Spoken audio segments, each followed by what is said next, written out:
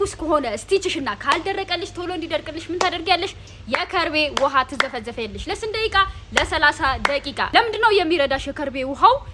አስትሪጀንት ነው። አስትሪጀንት ማለት ቶሎ ቁስል እንዲደርቅ የሚረዳ ነገር ነው። አንቲሴፕቲክ ደግሞ ጠባሳ የማጽዳት ነገር አለው ኢንፌክሽን እንዳይፈጠር ማለት ነው። ስለዚህ አንቲሴፕቲክ ነው፣ አንቲኢንፍላማቶሪ ነው፣ አስትሪጀንት ፕሮፐርቲዎች አሉት ማለት ነው በውስጡ። ስለዚህ የከርቤ ውሃ ተዘፍዘፊ ቶሎ እንዲደርቅልሽ። የከርቤ ውሃ እንደተዘፈዘፍሽ ምን ታደርጊያለሽ? እዛ አካባቢ ሞይስቸራይዝ እንዲሆን እርጥበት እንዲኖረው ድርቅ ብሎ አሁን እንደዚህ ነበረ ቲሹዎችሽ ልክ ቀዳዳ ሲፈጠርና ሲሰፋ እንደዚህ ነው የሚሆነው። ስለዚህ ምን ይፈጠራል? መወጣጠር ይፈጠራል እርስ በርሳቸው። ድሮ ፍሌክሲብል ነበሩ፣ የላሉ ነበሩ፣ እንደፈለጉ ይሆኑ ነበረ ቲሹዎችሽ።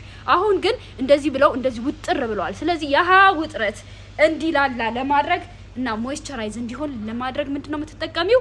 ሬት ትጠቀሚያለሽ። ይሄው እዚህ ጋር ቢጫ ነገር አለ። ይሄ ቢጫውን በውሃ እንዲወጣ ቆርጠሽ በውሃ እንዲወጣ በደንብ ካረግሽ በኋላ ጄሉን ትቀቢዋለሽ። እንደምናውቀው ደግሞ ሬት ምንድነው? ስኪንን ሪጀነሬት የማድረግ ወይንም ቆዳን መልሶ ራሱን እንዲያገግም የማድረግ ነገር አለው። እንደዛ ታደርጊያለሽ። ግን 6 ወር 8 ወር አመት 2 አመት ሆኖሽ ስቲችሽ ካልዳነ ምን ተፈጥሯል ማለት ነው? ስካር ቲሾች ተፈጥሯል ማለት ነው። ስለዚህ እንደ ሲ-ሴክሽን ስካር ማሳጁ አንቺ እዛ ቲሾችን ደንብ ማሳጅ ማድረግ አለብሽ፣ ማላላት አለብሽ። ምንድነው የምትጠቀሚው ዘይት? ካስተር ኦይል ሄክሰን ፍሪ ሆነ ኮልድ ፕሬስድ የሆነ ካስተር ኦይል ትገዣለሽ። ጥፍሮችሽን በደንብ ትቆራረጫለሽ፣ ትታጠቢያለሽ ሙልጭ አድርገሽ። ከዛ በኋላ ከፈለግሽ ዮኒ ስቲም ማድረግ ትቻለሽ። አካባቢሽን ስቲም ካደረግሽ በኋላ እዛ አካባቢ ላላ ይላሉ። ከዛ በኋላ ገብተሽ ማሳጅ በደንብ ታደርጊያለሽ። በሳምንት 3 እንደዛ ካደረግሽ ይላላልሻል።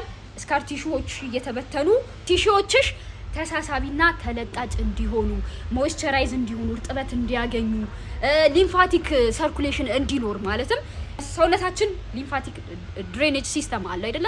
የደም ዝውውር እንዲፋጠንና እዛ አካባቢ አስፈላጊውን የሆነ ኦክሲጅንና ንጥረ ነገሮች እንዲኖሩ ያደርግልሻል። ያ ደግሞ ቶሎ ጠባሳሽ እንዲያገግም ያደርግልሻል። በመሳሳብ የመወጠር የነበረውን የህመም ስሜቱ በደንብ ይቀንስልሻል ማለት ነው።